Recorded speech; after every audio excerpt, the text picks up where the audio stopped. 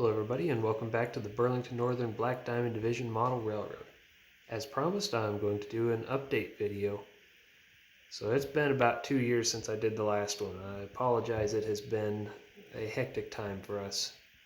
We had a kid and new job, so it's just been difficult to work on the layout recently. But I have gotten a lot done since our last update. First, let's take a look at the Max pulling some coal. That's what it's all about right there.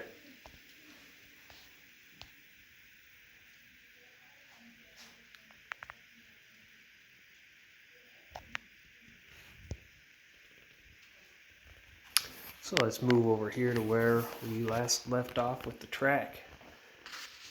We left off here at, what is this? East Crawford. Last update, I think I was up to here.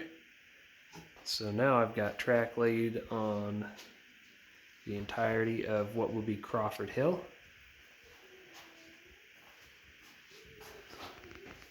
Coming up through here. This was a bit difficult to get done just due to the complexity of it all. So you can see there's a good grade going on here. We'll just get down there. So there's a lot going on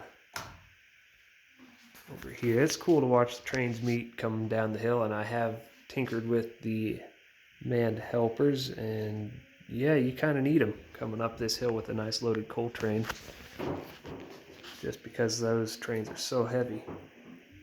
And I use live coal loads currently, but I don't actually have the coal for them. I've been using taconite pellets just as a nice simulation for the weight. Let's see, here's some of those taconite pellets. So I put 3 of those in each car just to simulate the weight. I weighed it out on a scale, and that's going to be about what a live coal load weighs. And to pull a full train of 24 to 30 cars of that up, you definitely need the helpers. Sorry for my poor camera ship here today. Hands are full. Let's get that guy rolling.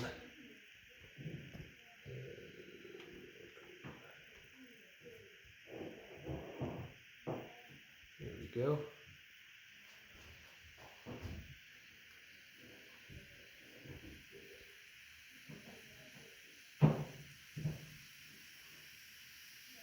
So those are my new locomotives I just did a review on. So far I like them pretty good. They seem like good pullers. I got them pulling a freight train right now. This is going to be, I think, the Laurel to Denver is what I'm going to simulate with this one. It's just a quick little mock-up, 10, 11 cars there. And when I get to it, it'll actually be about 20, 25 cars, I think. So anyway, let's get back to what I've done so far. We're going to come up the hill here, all the way up. I got that done. And this is where I left off with the cork, is Belmont. I got the single crossover in here. And last minute I decided to add the opportunity for a staging yard. This was the perfect place because on the real Crawford Hill, the old main separates from the new alignment.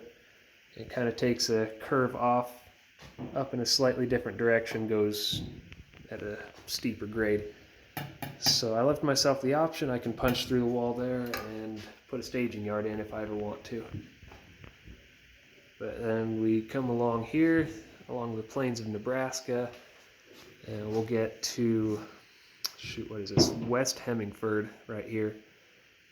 I'm going to have the signal bridge for that to guard that turnout. And then we're coming up in through Hemingford. It's a mess. Excuse the mess, but I need a workbench down here. In the back you can see that third track. But I'm going to have the elevator and just some of the other stuff that goes on there. Then we come out into some single track here. And I've started scenery. I got the backdrop and fascia.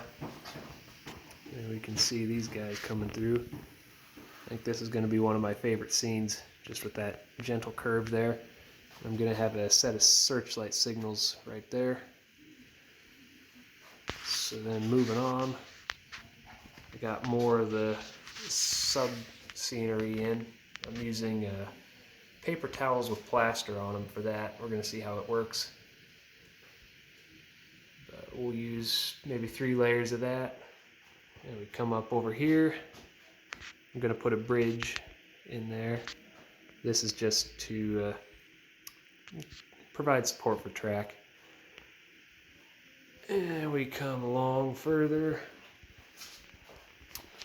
up this grade. That's another cool shot coming up the grade there.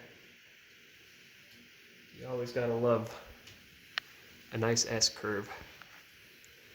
Now we come around the peninsula, and this will be where we get double track again. This is Barra, Nebraska.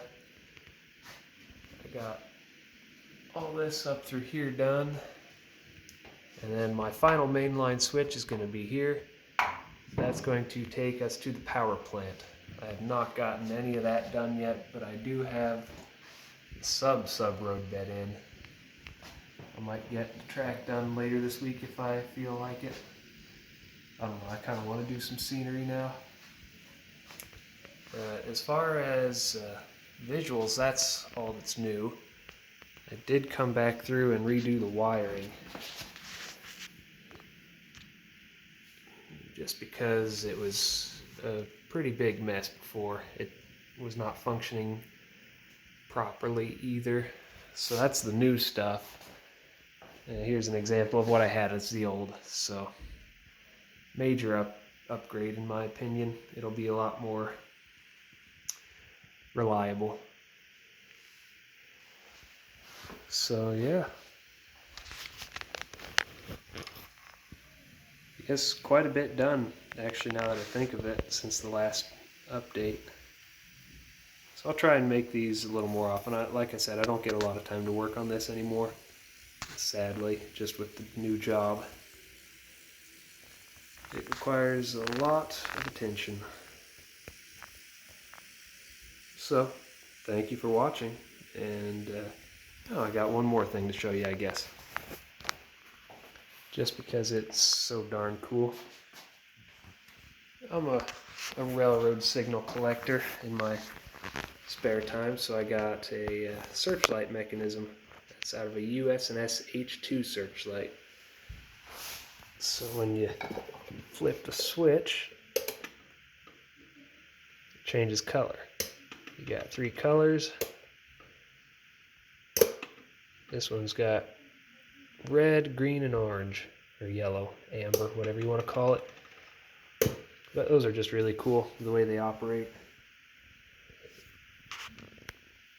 So, yeah, that's all I've got for today. Thanks for watching.